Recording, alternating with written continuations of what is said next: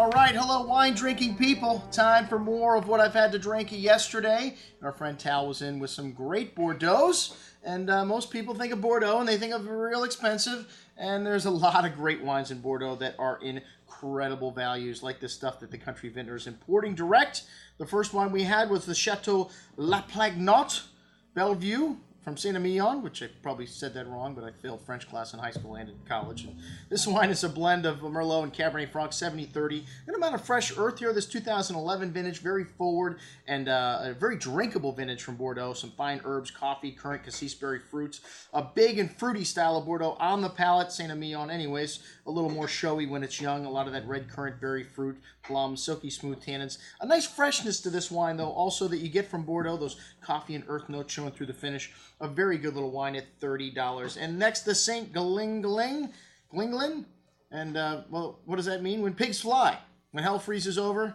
And Saint-Emilion Grand Cru every day? Yes. And this is from our good friend Richard Betts. He's working with Francis Thiampon to put this wine together. It's a blend of 70-30 Merlot and Cabernet Franc from two Grand Cru vineyards from Larcis Ducasse and Tremolay, and so it is Grand Cru technically, and the wine's got a good amount of terroir on the nose, some fine herbs, and we showed this wine at one of our tastings recently, and people loved it, man. Really beautiful hand of fine herbs, flowers, dark plum and cherry fruit, tobacco spice, lovely complexity here on the nose. A very smooth and polished wine on the tongue, elegant and silky. One of the things we love about Bordeaux is its elegance, and a lot of fresh berry fruit. Really drinking nicely right now. Like I said, this 11 vintage, just really charming.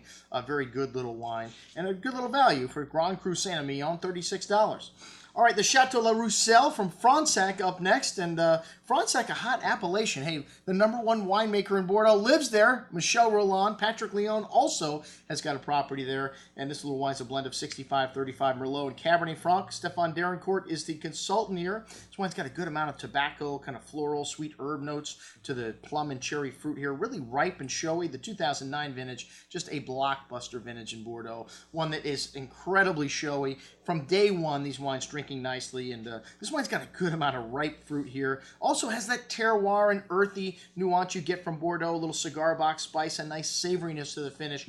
Excellent juice at $42. All right, the Beauregard from Pomerol up next. Hey, Pomerol's a small little one-horse town. That's why you're going to pay $50-$60 for anything that's decent from Pomerol. Anything that's got a name like Beauregard.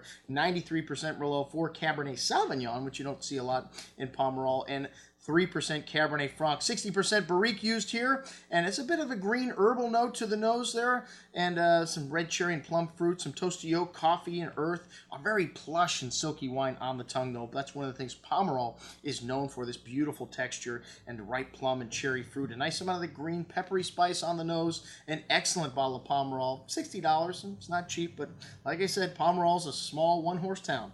The Chateau Fort Casperie from Listrac up next. This is 2010, which is a killer vintage. Even though Robert Parker rated 20 wines, 100 points from '09, and only 10 from 2010, I think 2010 is a better vintage. I wouldn't say it's twice as good, but definitely has more structure and depth, I think, than the old wines. And this is a wine made from 30-year-old vines. One of the things that gives wine structure and depth, old vines. 50% Merlot, 40 Cab, and 10% Petit Verdot.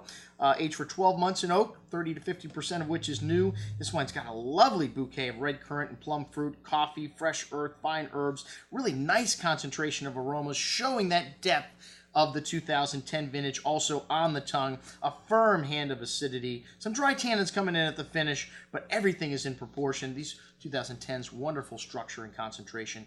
Excellent juice at $30.